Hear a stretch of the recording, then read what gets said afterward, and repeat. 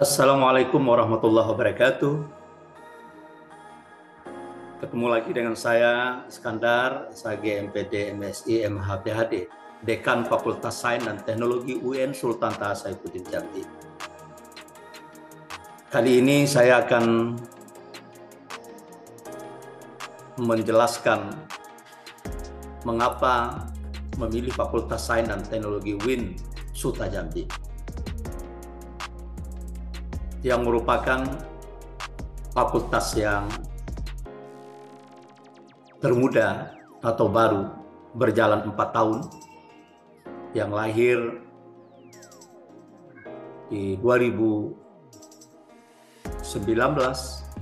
akhir, yang telah memiliki 7 program studi, dan program studi juga sudah terakreditasi PAN-PT dan Lamsama, dan 3 program studi yang sudah berjalan 4 tahun, alhamdulillah sudah mengeluarkan alumni perdana. Dan bersamaan dengan itu, hari ini sudah memulai lagi 4 prodi baru dan sudah berproses mahasiswanya di angkatan perdana 2023, yaitu program studi statistik, biologi, sains informasi, geografi, dan arsitektur. 7 program studi ini adalah program studi umum di Universitas Islam, tetapi memiliki distingsi yang membedakan dengan universitas-universitas lain. Dan prodi-prodi ini merupakan prodi-prodi yang mampu menjawab kebutuhan dan harapan masyarakat hari ini, gitu ya. Kenapa? Karena ini memang prodi-prodi yang secara teknis, gitu ya, menyiapkan kompetensi dan skill-skill anak-anak kita. Pertanyaannya, mengapa memilih Fakultas Sains dan Teknologi? Hari ini kita bisa melihat bahwa generasi milenial, generasi digital, generasi era abad 21 memang berbeda dengan generasi-generasi lama, gitu ya.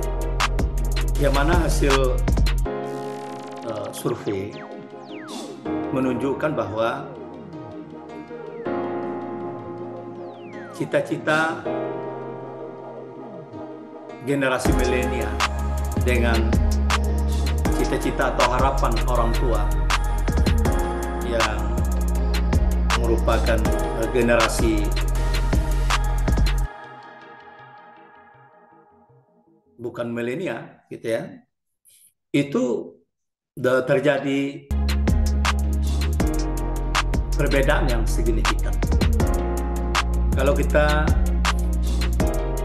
bertanya kepada orang tua, gitu ya, rata-rata orang tua menginginkan anaknya kuliah, itu harapannya supaya bisa menjadi pejabat, menjadi ASN, menjadi guru,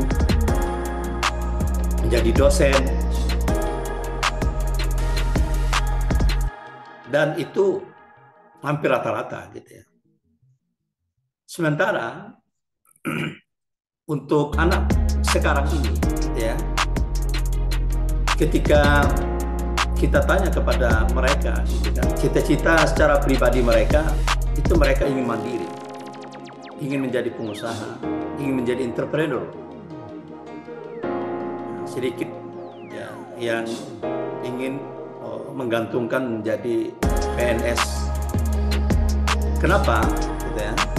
Karena memang tuntutan dinamika saat sekarang ini itu menunjukkan bahwa ada 7 kecenderungan perilaku milenial. Yang pertama itu kecanduan internet. Jadi kalau kita lihat bagaimana penetrasi penggunaan internet saat sekarang ini, itu memang didominasi oleh generasi milenial, Gen Z ya. Itu rata-rata gitu ya, rata-rata anak muda atau generasi milenial itu menggunakan internet dalam beraktivitas itu di atas 7 jam sehari. Nah, coba bayangkan. Itu ya. Dia menggunakan internet ya, akses HP yang Android itu dia gunakan untuk apa? Hanya saat sekarang ini yang menjadi tantangan gitu ya. Tantangan generasi hari ini yang nggak bisa lepas dari gadget. Tentu kita mengharapkan bisa produktif, bukan sebaliknya.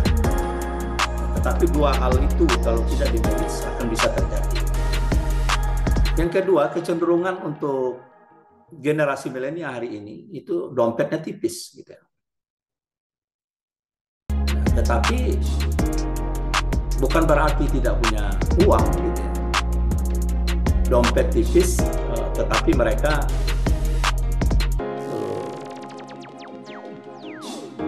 punya uang, dan itu terbalik dengan gaya generasi tua gitu ya. Jadi untuk hari ini kita lihat transaksi gitu ya, milenial hari ini dia cukup dengan transaksi non tunai, ya, kartu debit, e-money, kredit card. Jadi mereka bukan tidak punya uang, tapi mereka lebih sering bertransaksi cashless, dan itu kan sudah menjadi tren untuk saat sekarang ini. Yang ketiga gitu ya, mereka itu kerjanya cerdas, kerjanya cepat. Jadi sebenarnya mereka bukan generasi pemalas, mereka mudah beradaptasi dan bekerja lebih efektif dengan menggunakan berbagai platform.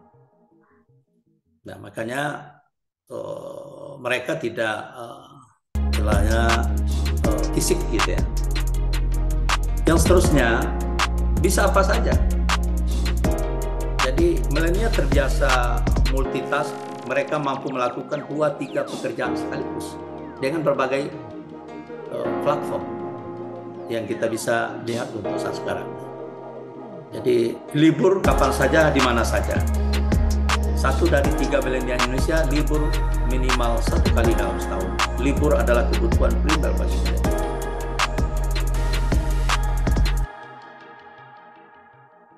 Suka berbagi, jadi peduli pada masalah sosial, terlibat petisi online. Hati-hati, kita lihat untuk saat sekarang ini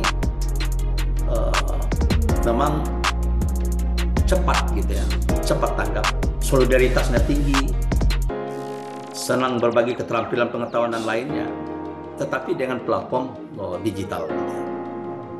Yang selanjutnya tidak harus memiliki.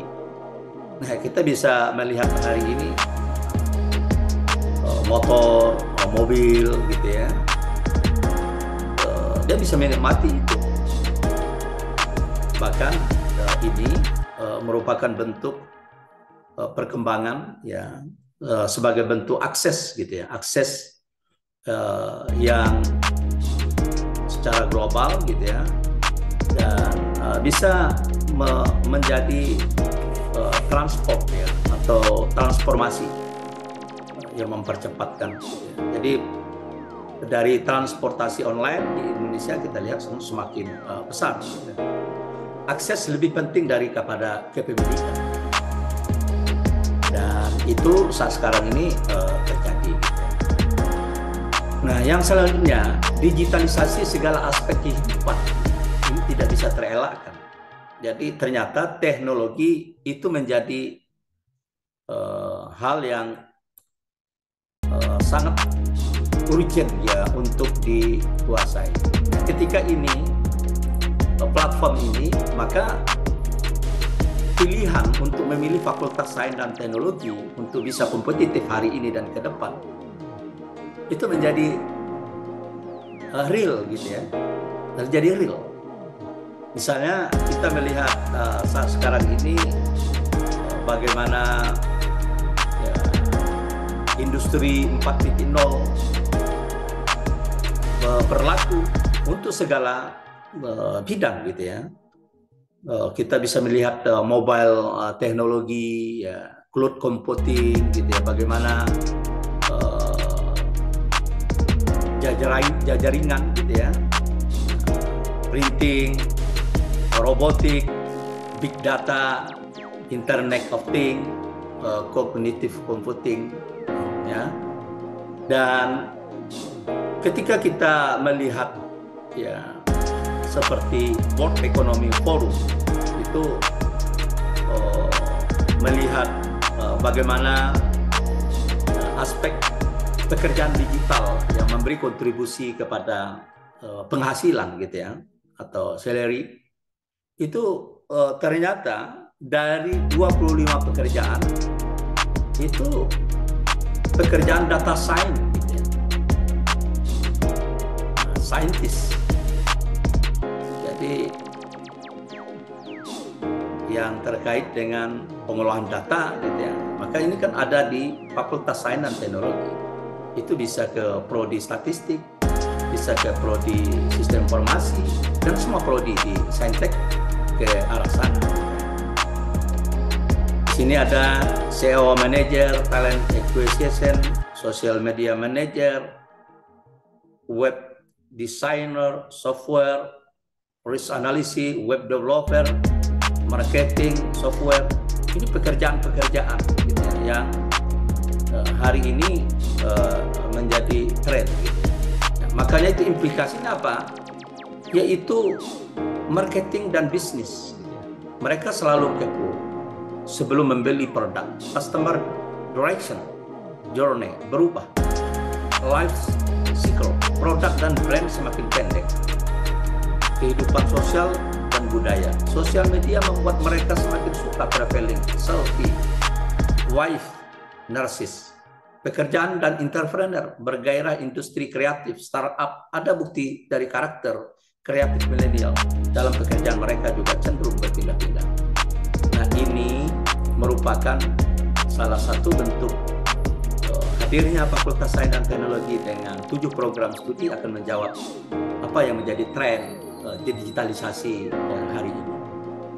Kami Fakultas Sains dan Teknologi mengambil visi ya menjadi fakultas yang unggul sebagai lokomotif perubahan sosial dalam bidang sains dan teknologi dengan semangat moderasi Islam Technopreneurship tahun 2035. Misi menyelenggarakan pendidikan, pembelajaran bidang sains dan teknologi, ya menyelenggarakan penelitian dan pengabdian, menyelenggarakan tata kelola dan tata pamong layanan tribun dan akses peningkatan kerjasama regional maupun internasional. Saat sekarang ini kami memiliki jumlah mahasiswa itu kurang lebih 1.300 orang dan alumni perdananya sudah 25 orang. Keunggulan fakultas dan program studi Fakultas Sains dan Teknologi itu adalah menerapkan paradigma transintegrasi yang profil lulusannya yang kita harapkan yang sedang berproses yaitu saintis yang ulama yang saintis. Artinya mahasiswa hari ini kita gembleng gitu ya.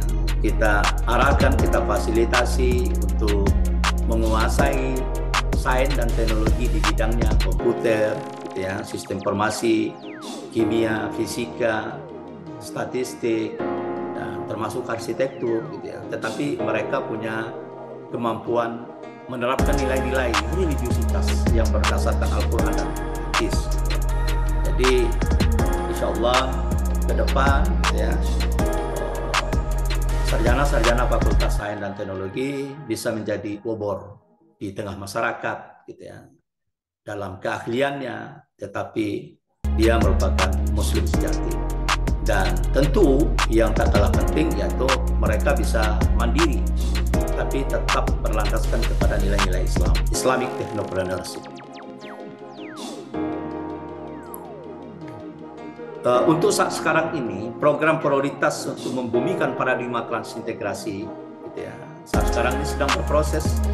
Ada Jumat mengaji untuk mahasiswa angkatan 2023, Kamis mengaji untuk angkatan 2021, dan Rabu mengaji untuk mahasiswa 2020. Ini mereka kita dorong untuk tahsin dan tahfiz Al-Quran, gitu ya. Jadi belajar melancarkan bacaan, memperbaiki bacaan, dan sekaligus untuk menghafal ayat-ayat Al-Quran, ayat-ayat lazim untuk digunakan sebagai dalam sholat, dan termasuk nanti mereka didorong untuk menguasai tafsir maudhu'i, hadis tematik yang terkait dengan bidang keilmuannya, dan juga program ini juga mendorong anak-anak untuk mendapatkan soft skill, keprodian, lintas prodi seperti business analysis, the development web, data analysis, energi terbarukan, pengelolaan limbah, desain grafis, talenta, dan ini berproses kita lakukan untuk supaya mahasiswa kita itu memang dibekali untuk memiliki skill-skill yang bisa menjawab kebutuhan dan pekerjaan kemandirian mereka untuk ke depan. Dan di samping itu juga mereka kita asah dalam pembinaan bahasa, TOEFL, gitu ya, untuk kita dorong mereka untuk melihat prospek beasiswa. Mulai daripada mahasiswa, mereka sudah punya peluang untuk mengikuti student mobility, pertukaran mahasiswa internasional, gitu ya, untuk magang ke luar negeri, termasuk magang ke perusahaan-perusahaan yang relevan untuk mereka jalani. Kita tahu bahwa dari 7 program studi ini sudah memiliki profil, gitu ya, profil lulusan yang menggambarkan bahwa sistem informasi dia akan menjadi sarjana komputer, gitu, Eskom, yang punya kemampuan menganalisis kebutuhan sistem informasi, dia mampu, gitu ya. Misalnya untuk saat sekarang ini kita arahkan mereka untuk melihat bagaimana kebutuhan ya sistem informasi, ya, menganalisis kebutuhan sistem informasi yang digunakan, gitu, berbagai instansi perusahaan, gitu ya, untuk menggunakan platform-platform digital, gitu ya. Dia juga mampu membuat desain, mengatur implementasi BES, gitu ya, enterprise architect, gitu ya, membuat desain, mengelola arsitektur perusahaan, project manager, mengelola project, gitu ya, wirausaha, technopreneurship, dan juga dia juga akan mampu untuk melanjutkan. Ini yang program studi sistem informasi. Makanya itu dapat saya pastikan bahwa ketika dia kuliah menjadi sarjana sistem informasi, minimal mereka punya mindset dan siap untuk mandiri untuk di semua pekerjaan yang mereka inginkan, gitu ya, yang sesuai dengan kebutuhan. Sementara prodi fisika, gitu ya, kita melihat saat sekarang ini prodi fisika itu ada, saat sekarang kita akan mendorong ke bidang fisika medis, gitu ya, keberlanjutan energi dan terbarukan, dan fisika kebumian dan lingkungan.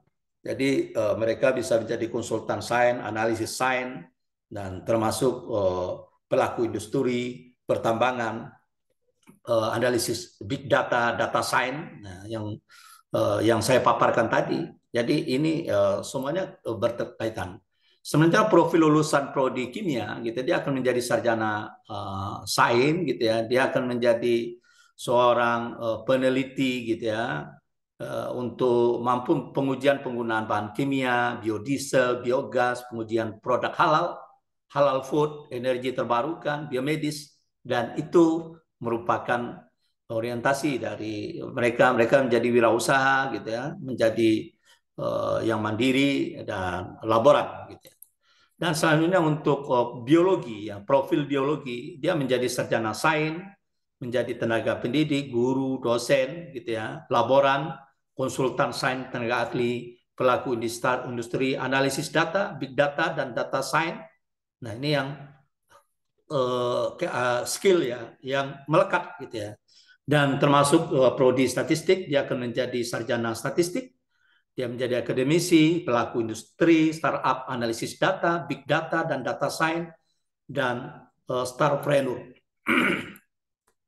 Dan profil lulusan arsitektur, dia akan menjadi sarjana arsitektur, dia mampu menjadi konsultan perencana arsitektur, lanjut ke profesi arsitek, tenaga ahli, kontraktor, industri kreatif, desain grafis, dan grafis pakaian, dan semuanya itu merupakan bentuk dari proses yang didapatkan di Fakultas Sains dan Teknologi melalui 7 program studi.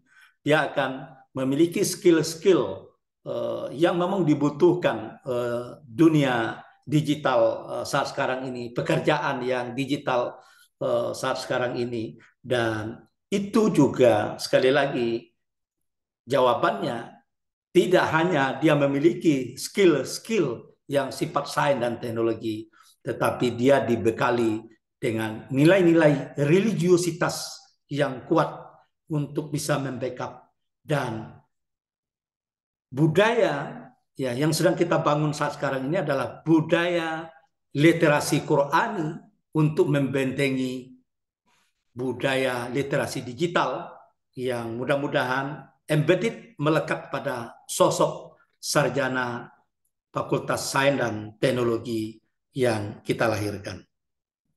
Terima kasih. Wassalamualaikum warahmatullahi wabarakatuh.